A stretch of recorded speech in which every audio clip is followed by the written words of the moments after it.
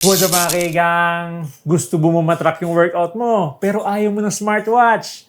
Kasi bulky, malaki, or nabibigatan ka. Pero itong i-unbox natin ngayon, meron ng smartwatch features. Mas lightweight, mas komportable, may GCash, at may built-in GPS na.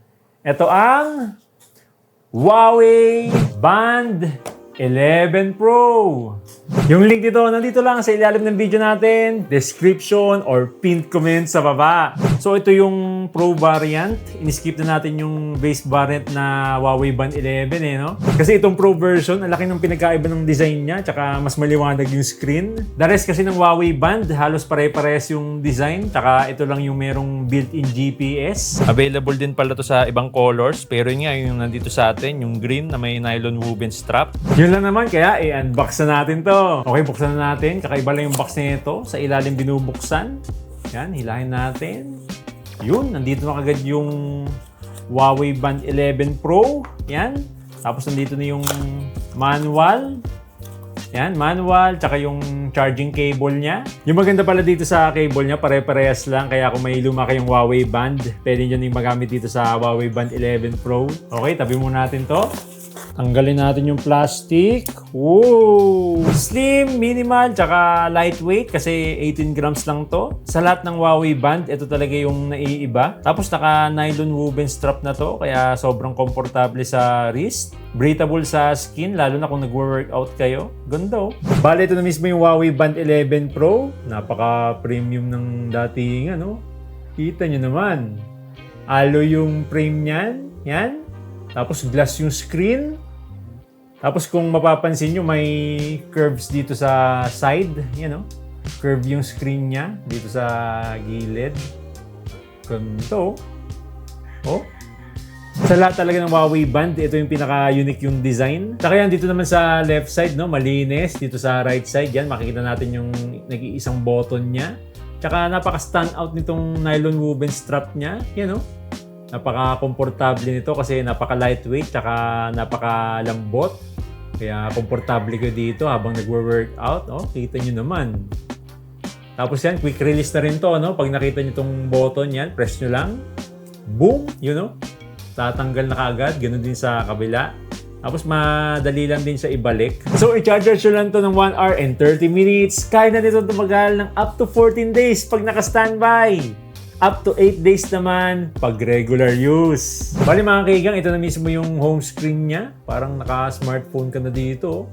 Napaka-vibrant, tsaka napaka-sharp. Ang tingkad oh. Kitang-kita pa rin kahit maliwanag dito sa studio natin. Kasi naka 60Hz, 2000 nits brightness, AMOLED screen na to. May mga naka-install na rin dito na watch faces. Madami-dami din to. Tsaka yung maganda dito sa mga default watch face niya, pwede mo i-customize. Pwede mo palitan yung info, data, or yung kulay. Kaya mas flexible yung option mo. Meron na rin tong AOD or always on display since naka-AMOLED na to. Pwede nyo din iset sa tap to wake screen kung ayaw nyo ng AOD. Pero mas prefer ko tong raise to wake kasi hindi mo nahahawakan. Mas nakaka-save din ng battery. Tapos yan, syempre, pagdating sa gestures, so yan, pag nag-swipe up tayo, dito natin makita yung app notifications, saka messages. Tapos yan, pag mag-swipe down tayo, dito natin makita yung quick settings. Yun nga lang, wala yung brightness slider dito kasi pupunta ka pa dito sa settings. Yan, brightness. Yan, doble-doble pa yung itatap mo, no? Kasi by default, naka-automatic yung brightness nito since may ambient sensor na. Tapos yan, pag mag-swipe left naman tayo, dito natin makita yung activity records. Yan, calories, steps, stand. Tapos nasa isang page na rin yung health tracking apps natin, kaya napaka-convenient. Yan yung heart rate, blood oxygen, breathing, stress, yung sleep. Tapos nasa isang page din yung weather, alarm, battery, tapos yung calendar. Tapos yung workout data natin, yan, nandito na rin. Tapos yan yung moon phase, nakalagay na rin dito. So pag tinap natin yan, may additional na information. Yan, makikita natin yung tide, yung high tide, low tide. Tapos moonset, moonrise, sunrise, sunset. So, kompleto, no? Tapos yan, pag mag-swipe right naman tayo. So, yan, no? Makikita natin dito yung mga app widgets. Yan, yung calendar, schedule, yung weather, tapos yung Bluetooth music player. So wala tong built-in memory Bluetooth music player lang to. Kinokontrol niyo yung music sa phone nyo. Tapos nag-iisa lang yung button nito, no? Yan nga, sa right side. So pag press natin to, mapupunta tayo dito sa main menu. Uy, ganda ng main menu nyo. So yun, pag in-open natin yung main menu, meron na siyang animation. Oh, mas para ka nang naka-Apple Watch. Oh, ha? Tapos pag in-open natin yung app, uy, meron ding animation. Try natin i-close. Back. Uy, meron din. So, meron siyang opening animation. Tapos, meron din siyang back animation or yung pag-close. Uy, napaka-smooth ng interface nyo. Kita nyo naman. Oh, okay, back ulit tayo sa home screen. Nice. Parang Apple Watch. Ganda, oh. Napaka-smooth. Kita nyo naman, 60 Hz. So, i-check na rin natin yung mga apps niya. So, by default, naka-hex grid to, no? Pero, palitan muna natin ng list para makita natin yung mga name ng apps. Yan, scroll lang tayo dito sa baba. Yan, naka-list view na. So, nandito yung workout records, workout status, activity records, emotional well-being, heart rate, tapos yung pulse wave analysis. Yan, kung may abnormality sa heart rate mo, dito mo makikita. So, additional feature to, no? Blood oxygen, sleep. Additional feature din to, yung sleep breathing awareness. Mamomonitor mo na yung breathing mo kung natutulog ka. Tapos yan, breathing exercise, app notifications, Bluetooth music player, remote shutter. Pwede mong kontrolin yung camera ng phone mo. Pero mas maganda pag naka-Huawei ka din. Tapos yan, weather, calendar, alarm, timer, stopwatch, flashlight, magpa-flash yung screen ng Huawei Band 11 Pro. Tapos yan, calculator. Ito yung madalas na hinahanap kasi wala daw calculator yung mga Huawei Band.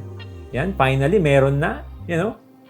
O, di ba? Malaking tulong to pag magsha-shopping kayo, mag-go-grocery. Kung kailangan nyo i-budget or i-compute yung mga gastos nyo. Yan, meron ng calculator. Napaka-compact. Since fitness band to, meron na itong 100 plus workout modes. Lalong-lalo na nakafocus to sa running, walking, tsaka cycling. Speaking of workout, meron itong built-in GPS. So, yung nakalagay dito, GNSS, no? Ito yung upgraded na GPS. Kaya, no need na dalhin yung phone nyo sa running, walking, or cycling.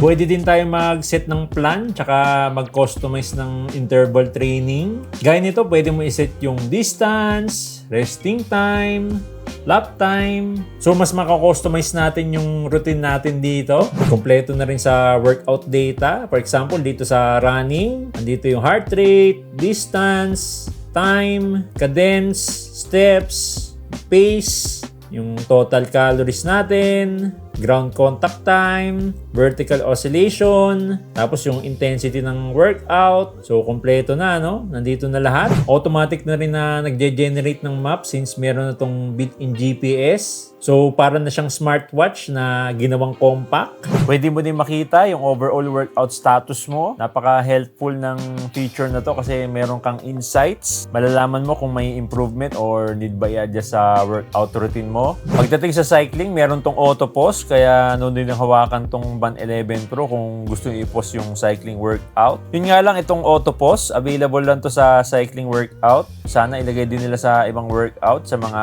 next update. Tsaka yun nga, no, nabanggit na natin kanina, maliwanag yung screen nito. Nasa 2000 nits brightness. Kaya perfect talaga for outdoors. At syempre, 580mm water resistant na rin to. Kaya no problem kahit mabasa or malubog sa tubig. Bukod sa built-in GPS, meron na rin tong built-in GCash. Madali lang din i-set up to. Punta lang kayo sa settings, payment, i-activate nyo yung GCash. Make sure nakakonect kayo sa Huawei Health app. Tapos scan nyo lang yung QR code para malink sa GCash account nyo. Pag nakabind na yung watch nyo, pwede nyo na magamit yung GCash sa Huawei Band 11 Pro. So napaka-convenient nito, lalo na pag mag-grocery or magsha-shopping kayo. May app support na rin to. Bali dito sa Huawei Health app, makikita nyo lahat ng workout records tsaka health data nyo. Pwede din kayo mag-download ng additional watch face. Isa to sa strength ng Huawei Band kasi up to 1,000 watch face yung nandito, kaya madami kang pwedeng pagpilian.